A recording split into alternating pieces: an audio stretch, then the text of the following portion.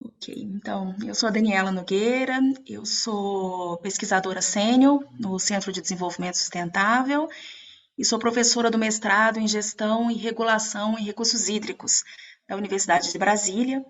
Minha formação original é na ciência política, né, graduação e mestrado, e sou doutora em Sociologia, com ênfase em gênero e água. No âmbito do INCT, eu coordeno o bioma Caatinga, né? Nesse bioma nós temos várias iniciativas, né? Sobretudo na região do médio e do submédio, Rio São Francisco, e a gente vai conversar um pouquinho justamente sobre um dos projetos, né? Que é uma, digamos assim, a menina dos nossos olhos, que é o estudo no assentamento Jacaré-Curituba, no sertão de Sergipe.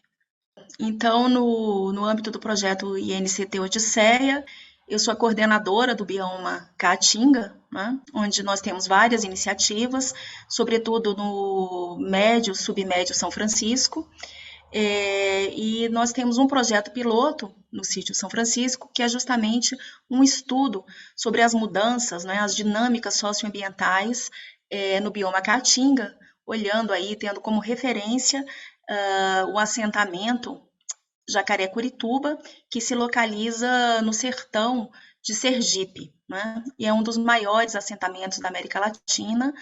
É um assentamento irrigado, né? Que conta também com uma parte de sequeiro e que tem aí mais de 4.500 moradores, né? No seu território. Bom, eu acho que um dos principais aprendizados, primeiro,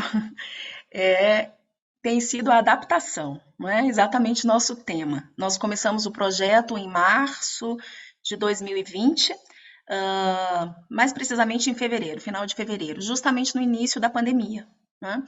Então, desde lá foi um esforço muito grande, né, com inúmeros ajustes, né, porque nós precisávamos e planejávamos ir a campo já em março de 2021. E isso não foi possível, né? Então, desde lá, a gente vem tendo essa necessidade de se adaptar, né, sucessivamente enfim, à vida real, né, às condições objetivas e sanitárias. E, por outro lado, né, isso obviamente representou um desafio muito grande, mas também nos permitiu um mergulho muito grande em termos de teoria, né, de aprofundamento, porque eu destaco aqui que um dos nossos pilares é justamente a transdisciplinaridade e um outro é a co-construção, né? Então a gente tem a questão da co-construção muito forte no INCT Odisseia de uma forma geral e no nosso particularmente.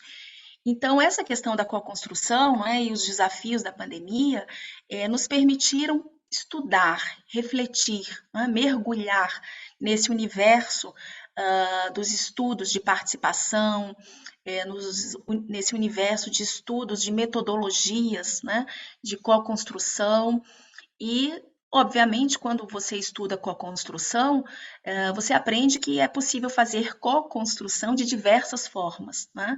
Trazendo aí várias abordagens e diversos graus de co-construção.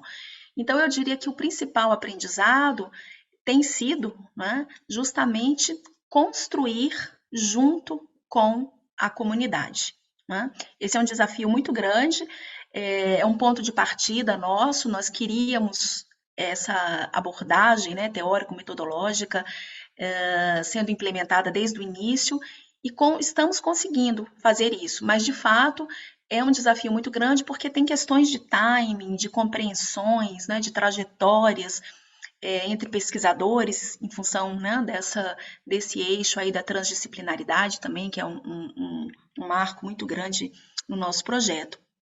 Então, eu diria que esse é o nosso principal aprendizado, construir juntamente, né, com a comunidade, porque, em geral, na vida científica, não é, nós somos tradicionalmente impelidos a fazermos pesquisa para a comunidade, né, para a sociedade. E quando a gente adota a co-construção como eixo, né, como princípio, isso muda, né, muda muito as relações. e, obviamente, nos traz uma capacidade explicativa, né? Traz resultados mais próximos da realidade e traz, obviamente, muitos desafios. Mas eu diria que o resultado, né? A gente ainda está nesse processo de co-construção, mas eu diria que os resultados são muito positivos, porque trazendo algo muito concreto, nós, por exemplo, fomos a campo agora em fevereiro de 2022, e o fato de nós termos uma equipe de pesquisadores locais facilitou bastante esse processo, né?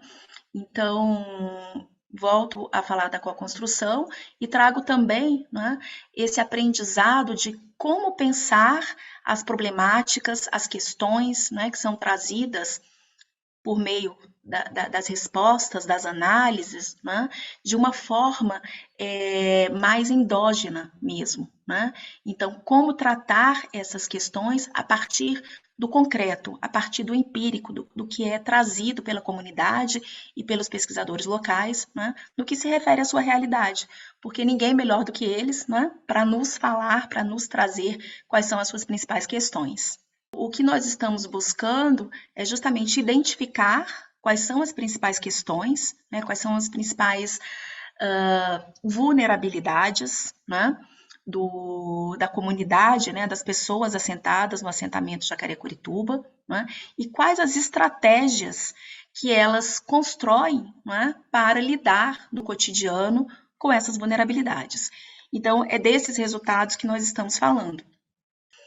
Então, em termos de impacto, mais especificamente, eu diria que é o conhecimento, né, quando nós temos pessoas da comunidade envolvidas, né, na construção de uma pesquisa, e quando eu falo da construção, é na construção mesmo, em todas as suas etapas, né? Nós temos uma capacidade, uma possibilidade, uma oportunidade até, né, de conhecer melhor aquela realidade. Ou seja, de nós termos uma pesquisa que é mais representativa, que dialoga, né, de fato, com as grandes questões, com os principais problemas daquele território. Um outro impacto muito importante é a questão da organização social, né? A gente já vem conversando com os nossos pesquisadores locais, que são três, né? São três pessoas, três pesquisadores, sobre como que eles podem, a partir da identificação desses problemas, dessas questões, né? Como que eles podem se organizar melhor. Porque o assentamento, ele é um assentamento muito grande, né? Como eu já disse, e ele traz, né, questões muito complexas. Mas à medida que há um conhecimento, né, e um aprendizado também, né, sobre as principais questões, sobre os principais problemas que impactam essa população, porque obviamente como moradores que são, os pesquisadores locais, eles têm um conhecimento, né? Mas quando eles começam a pensar de forma mais sistemática, através de um projeto de pesquisa, eles têm condições também de aportar, né, sugestões e contribuições mais concretas, né? Justamente porque são enraizadas, né, no seu saber, no seu conhecimento, na sua prática cotidiana. Como se organizar socialmente, politicamente, em termos das grandes questões, né? E poder visualizar também oportunidades, né? Inclusive oportunidades para se ter a continuidade das ações, porque essa é uma preocupação nossa, né? Então, é construir um projeto, uma pesquisa, um estudo que tenha continuidade, que tenha sua própria sustentabilidade. Então, uma sugestão que a gente vem conversando, né, é justamente que eles possam agir, né, localmente no sentido de constituírem uma associação de moradores que não tenha exclusivamente uma finalidade econômica, como já existe, né? Mas que possa permear outras questões relativas, né, à vida do cotidiano, da comunidade e as grandes questões. Então, eu destacaria esses dois impactos principais aí do nosso projeto, da nossa presença, né, no território. O nosso olhar, né, para todas essas questões, para toda essa complexidade de questões que estão articuladas no território, ele é feito, né, a partir da abordagem Nexus Plus, né, que é justamente uma abordagem que procura pensar, né, problematizar a correlação entre essas grandes e tradicionais questões que é a água, né, a terra, a energia, a questão alimentar e nutricional e as questões socioambientais, socioecológicas, né? Então, nós estamos olhando para as informações, para todo o conjunto de informações que nós já consolidamos, né, através de diversos instrumentos de análise. Estamos olhando a partir dessa grade, né, a partir dessa ferramenta, dessa abordagem que é o Nexus Plus. Então, isso nos traz uma capacidade muito interessante, né, de pensar essas questões de forma articulada e as suas correlações. Como que questões relativas, por exemplo, à água, podem nos ajudar, né, tratando de questões relativas a inseguranças alimentares e nutricionais.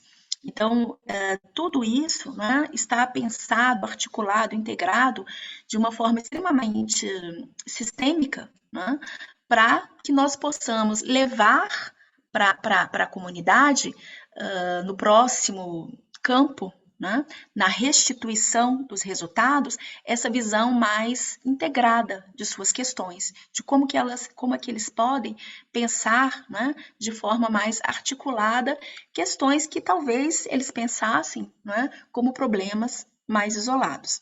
Então, para os próximos tempos, né, para os próximos anos do INCT, e do nosso projeto especificamente, nós estamos justamente tendo como fio condutor do nosso planejamento a questão da consolidação dos dados, né? Nós estamos realmente com uma quantidade de informações, tanto em termos de dados primários quanto secundários, muito grande, e a partir daí nós vamos fazer essa restituição com a própria comunidade, e nós queremos construir, dentro, né, dessa abordagem do Nexus Plus, né, um índice justamente relativo às vulnerabilidades. Né?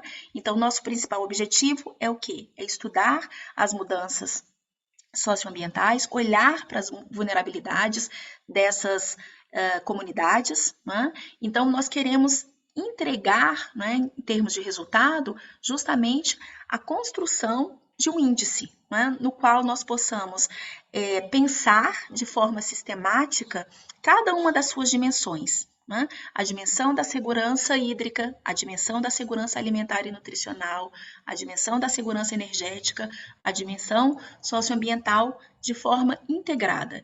E a partir daí, nós queremos justamente quem sabe, não é, a partir desse estudo, vai ser um estudo, pelo menos essa é a nossa proposta, um estudo de referência em termos de assentamentos, né, que nós possamos justamente extrapolar, a partir da construção desse índice, né, quem sabe, um olhar mais amplo, né, para outros assentamentos. Né?